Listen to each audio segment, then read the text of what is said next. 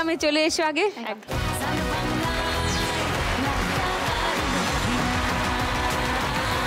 ময়ূরীর সঙ্গে দর্শকদের আলাপ করাই আমার মনে হয় ম্যাক্সিমাম দর্শকই ময়ূরীকে চেনে, তার ভক্তও নিশ্চয়ই অনেকেই আপনাদের মধ্যে। ময়ূরী, তোমার এই গানের আচ্ছা তুমি নিজেকে আগে ইন্ট্রোডিউস করো ভালো করে, তারপর আমি প্রশ্ন করছি। নমস্কার দিদি, আমি ময়ূরী সাহা, আমি বেহালা কলকাতা থেকে এসেছি এবং আমি পেশায় একজন সঙ্গীত শিল্পী। কবে থেকে শুরু করলে তোমার সঙ্গীতের জার্নি? আমি যখন ক্লাস 4-এ পড়ি, আমি যখন 9 বছর বয়স আমার, তবে থেকে আমার প্রথাগত সঙ্গীত জীবনে শুরু, এবং আমি এখনও শিখছি, ইন্ডিয়ান ক্লাসিক্যাল মিউজিক শিখছি। মিউজিক নিয়ে তোমাকে একাধিক রিয়েলিটি শোতে দেখা গেছে, ওই যে ভোটিং টোটিং হয়, প্রচুর দর্শকের ভালোবাসা, সাপোর্ট, এইসব তো পাওয়াই যায়। তো এই সব সামলে এরকম একটা মানে সর্বদা হাসি মুখ এবং ঠান্ডা মেজাজের, ঠান্ডা মাথার, এরকমটা তুমি রইলে কি করে?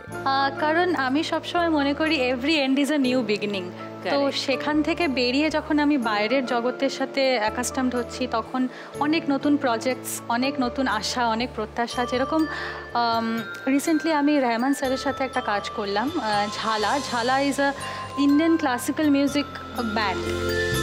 তো সেই অনুষ্ঠানে যোগদান করা এবং রহমান স্যারের সাথে কাজ করা, সেটা একটা আলাদা এন্থু নিয়ে কাজ করা। আলাদা তো বটেই, মানে অন্য কেউ নয় ভাই, এ আর রহমান। ভালো করে একটু ছুঁয়ে দেখবো তোমাকে, ঠিক আছে? কজন আছো তোমাদের ঝালা ব্যান্ডে? ঝালা ব্যান্ডে আমরা 12 জন আছি। সারা ভারত থেকে 12 জনকে বাছা হলো। হ্যাঁ। আর এই 12 জনের মধ্যে তুমি একজন। অ্যাকচুয়ালি আমি যখন রিসেন্ট রিয়ালিটি শোতে ছিলাম, তখন আমার কাছে সেকেন্ড কি থার্ড এপিসোডের পরে একটা নোটিফিকেশন আসে ইনস্টাগ্রামে that AR Rahman follows you. ওই দিনটা আমার কাছে, আমার এখনো গুজবাম্পস আসছে, লাইক বলতে ভালো লাগছে। হ্যাঁ। এবং যখন আমার জার্নি শেষ হয়, সেখানে মেসেজ রিকোয়েস্টে দেখি যে I am calling from mister Rahman sir's team, we want to connect you, can you please provide your number. তো সেখান থেকে জার্নি শুরু। ওয়াও।